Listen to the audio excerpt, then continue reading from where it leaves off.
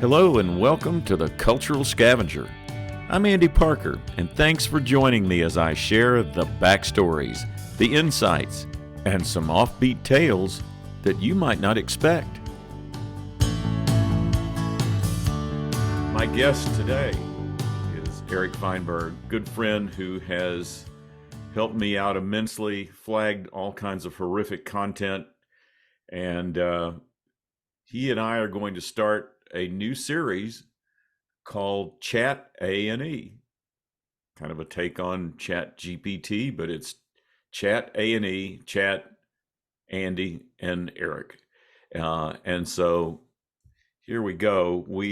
This is going to be sort of, it's free form, not like some of the other episodes that I've introduced you to on the Cultural Scavenger. It's going to be more like free form, with something like a Joe Rogan and his pals, except we're not crazy.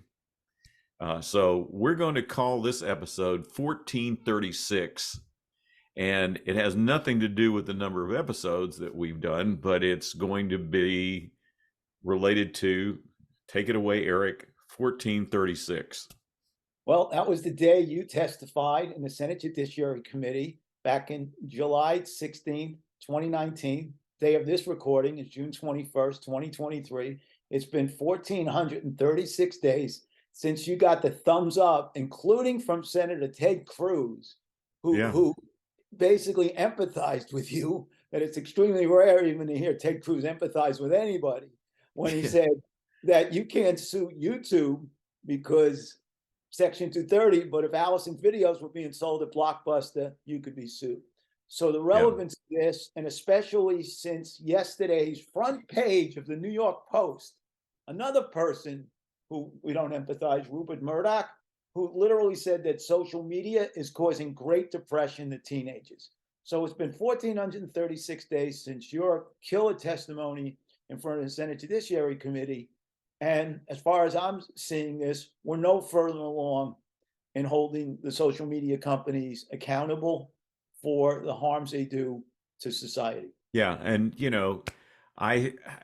listen, they had drug in, the execs from Google and Facebook and Twitter, multiple times, and then it got to me, and then a year later, Frances Haugen, or actually, well, I guess it was 2 years later, Frances Haugen, who was the Facebook whistleblower, came in and she testified and essentially validated everything I'd been saying since you and I were collaborating, that these guys, they monetize this stuff. It's clickbait. They monetize it. They make money from it, and it's just complete bullshit that we can't get anything done.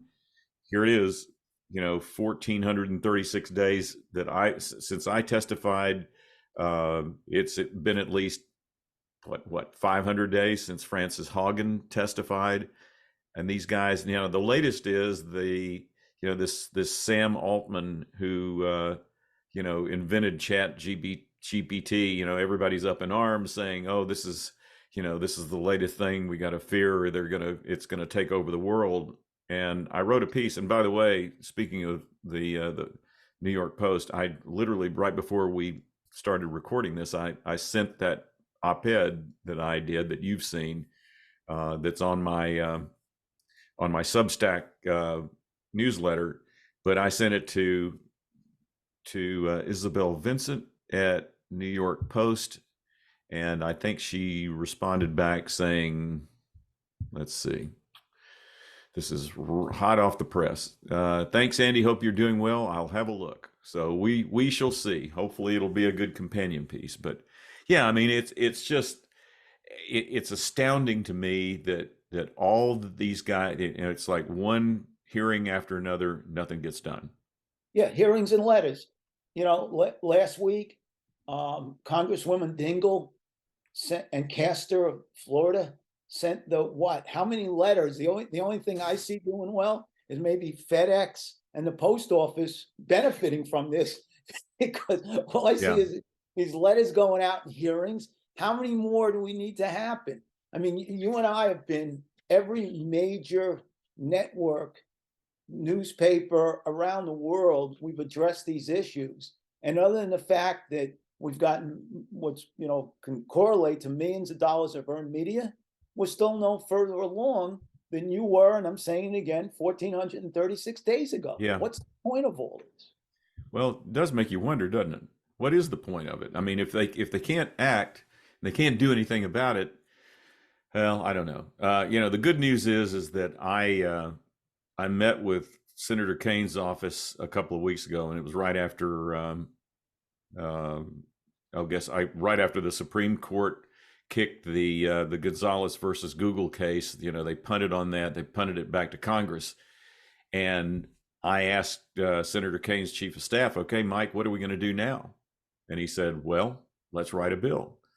So we shall see. I'm speaking to a congressional aide on Friday, one of his aides that is, wired in, so to speak, to social media and the internet and this issue. So with any luck, things will start to move.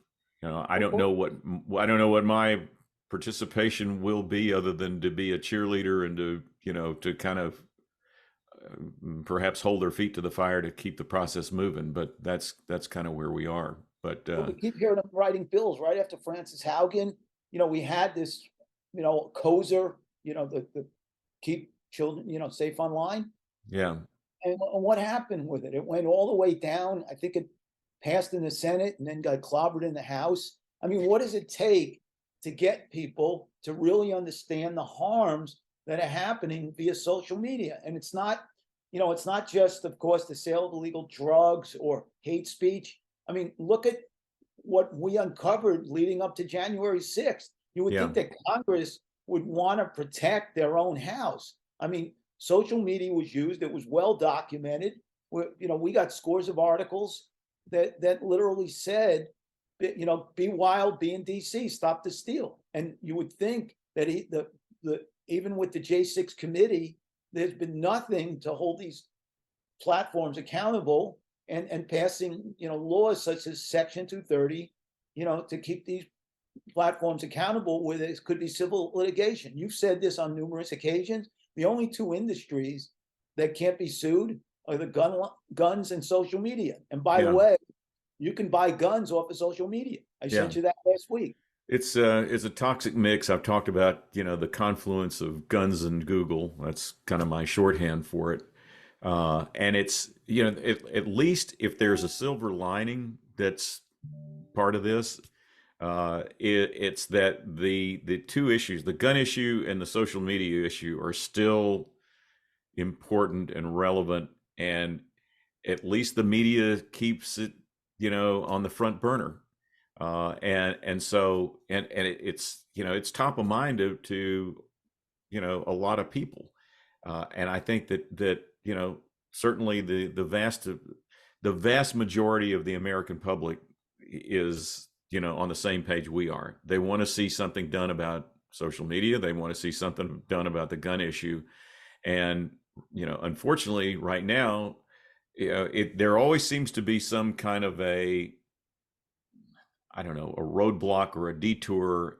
And most of the time it's because of Donald Trump's bullshit that keeps, now the latest is of course, with the indictment and all of that and the blowback. I mean, that's sucking up all the oxygen in the news cycle right now. And to a degree. What's that? Hunter Biden's laptop. And Hunter Biden's laptop. Yeah. Yep. Yeah, they want to crucify that guy, and it's like, oh yeah, well, and whatever whatever his tax liability was, I didn't see, but it's in the scheme of things, they're always doing the whataboutisms. Well, what about Hunter Biden? Okay, well, let's talk about Jared and Ivanka, getting $2 billion from the frickin' Saudis that are a bunch of terrorists. Let's talk about that. Well, they don't want to talk about that.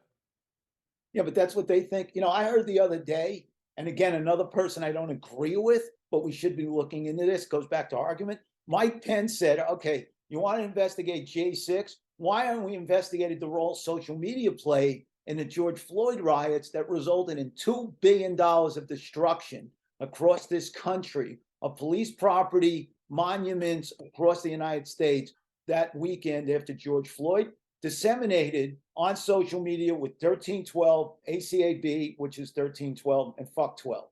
So again, we keep hearing these politicians, both on the left and right, talking about how social media plays a role in the violence both on J6 and George Floyd, and nobody's doing anything. Instead of holding hearings, you got control of the House Republicans on Hunter Biden's laptop. That's not going anywhere. I'm all in if you want to investigate the George Floyd riots and the role social media played. Go at it. Yeah.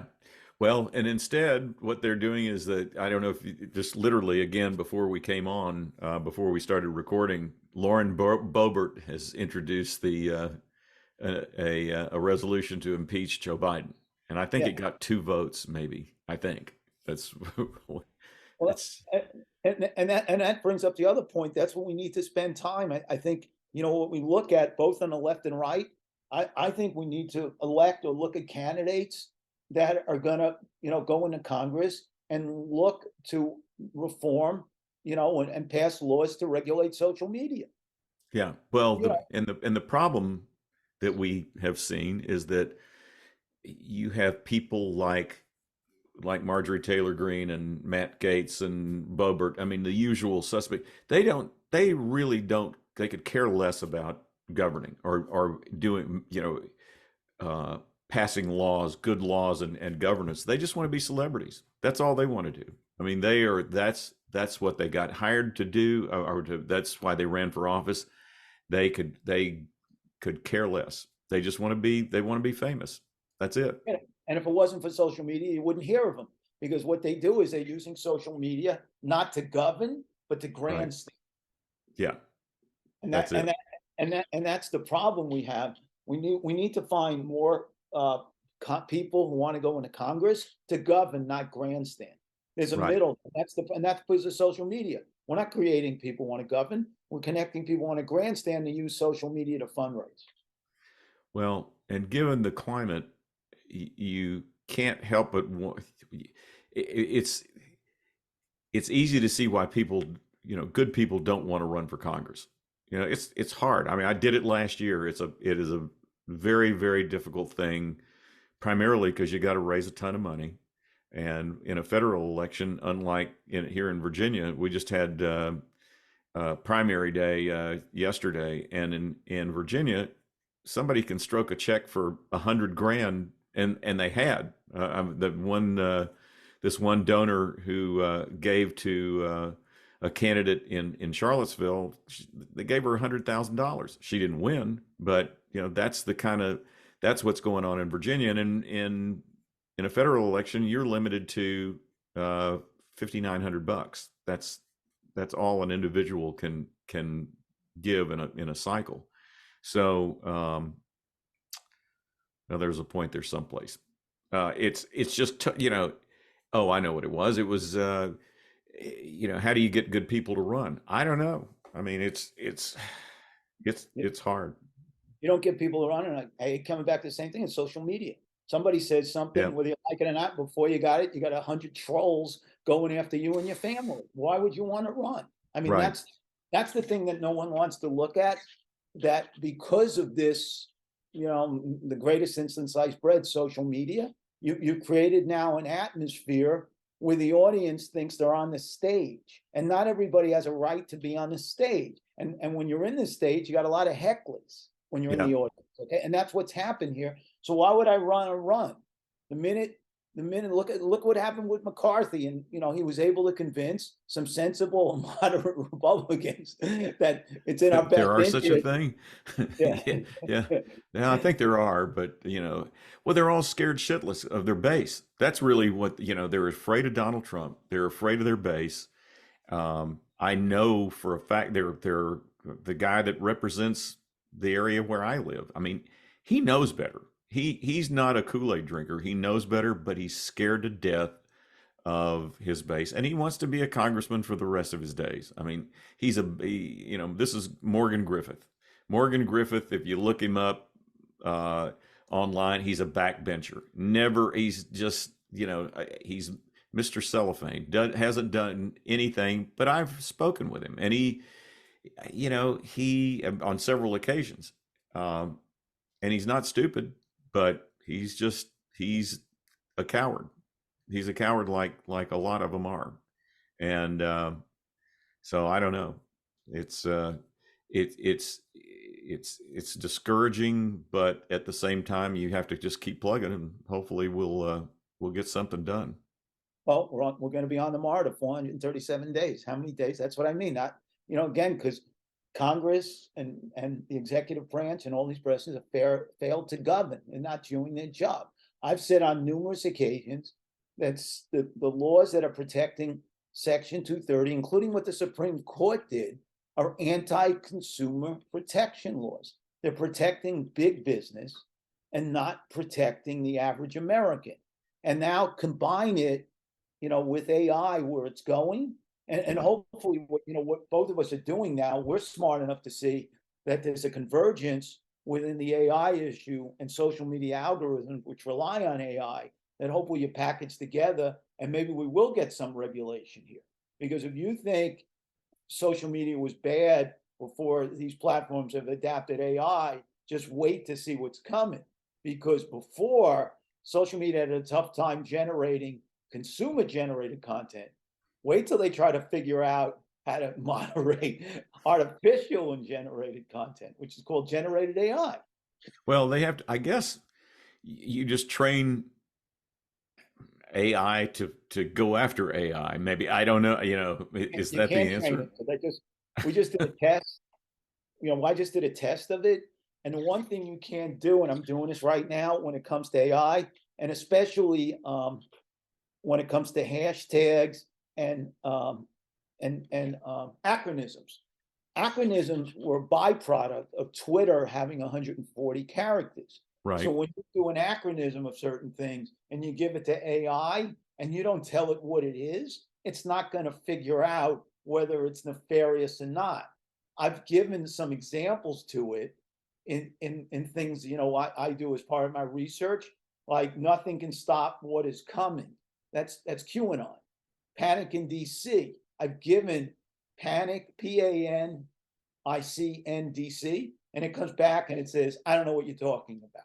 So what good is it if it involves the human intelligence to integrate with the AI? In fact, when I've asked AI about its ability to monitor or regulate content on the web, it says I'm only as good as a human being overseeing me. So this is what I mean about this stuff, and that's what we continue to do. It is Congress or the law is going to treat this separately or understand it's the same. If you're gonna, I see these bills that are gone, algorithmic laws, what came out of Francis Haugen. Well, algorithms are a form of AI. That's what puts the content in front of you. Right. Well, so if you could wave the magic wand, how would you fix it? Is there a way, or, well, I don't think there's a way to bypass Congress. I don't think there's, the only other way that we saw was the Supreme Court, and they said, nope, thanks, we're going to pass on it. So it's back in Congress's lap, and I don't know that there's any. I don't know. It has to go. The path goes through Congress. The one honest thing the Supreme Court said, I don't care how good, and we know that there was some issues with who argued the cases. They basically said, we're not the 9 right people to ask this, so, based on who they were, they didn't have, that kind of experience, wanted to go in the experience of how they can make a judgment on this. But the one thing, and I keep saying this and, trying to, kind of convince or lobby is, and there's the shame of it, the advertisers have a say in this. They're funding this stuff. This is where they get the oxygen. That's a good point. But how do you put pressure? How do you craft a pressure campaign towards targeting the advertisers that support it? I don't know. It just hasn't been successful from anybody that's tried to do it. Well, the one avenue they've gone is kind of asking the advertisers of brands to boycott social media. I think it's the other way around. The people who buy the products should be boycotting, just like we saw with, Target Right. and companies. So basically, we need to set something and say, if you continue to not address this issue and stand by and do nothing, then we're going to start boycotting companies who continue to fund this. And that's Yeah. what's not been done. And that's what I've been saying. And I think, boycotting these brands has had an effect, and that's what's not being done. Well, this is going to be an ongoing issue. This is not the last conversation we're going to have on this. But the other news of the week that's consumed and sucked the oxygen out of the news cycle is the submersible going to see the Titanic is lost. what, how'd you like to pay 250 grand to walk into a tin can that's suspect? Out of a Jules Verne novel, 20,000 I looked at it, I'm going, I mean, there's something about this that, karma.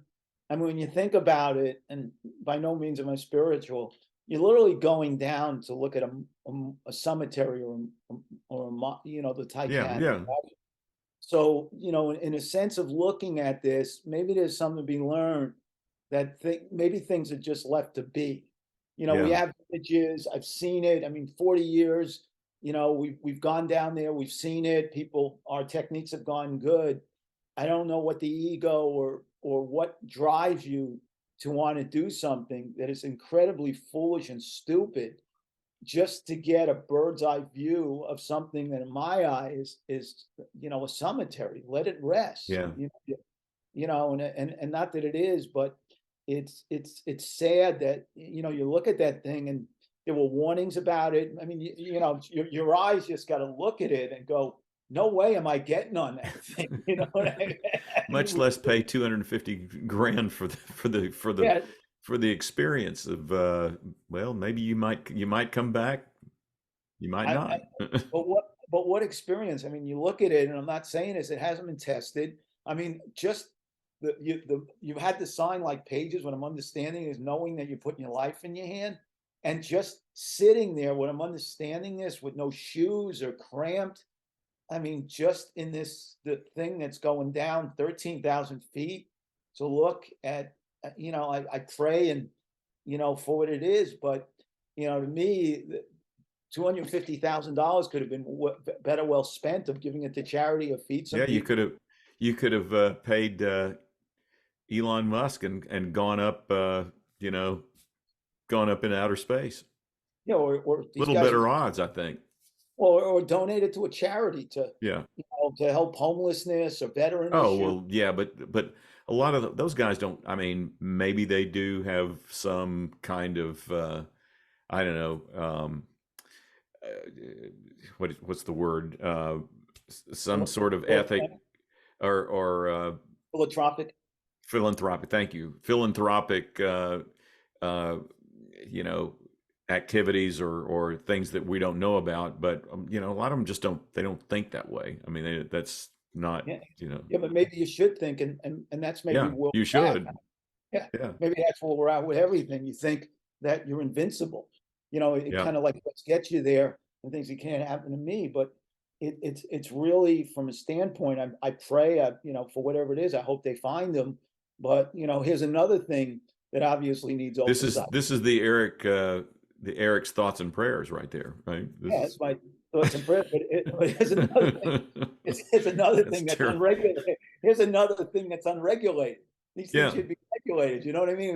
Let's just go down 13,000 feet.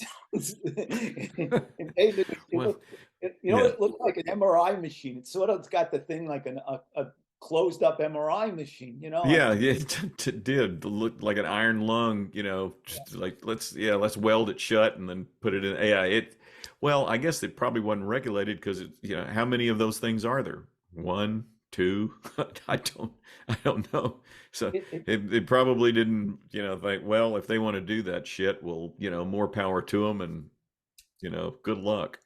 Yeah, but just that in a sense, it's what we see and just what it is that you look at the wealth of these people, and obviously these are intelligent people, not to have something in the back of your head saying, hey, man, things sure don't look safe. Yeah, let me just go down 13,000 feet, like you said, or something that looks like an iron lug or something like I say out of a Jules Verne novel. Yeah.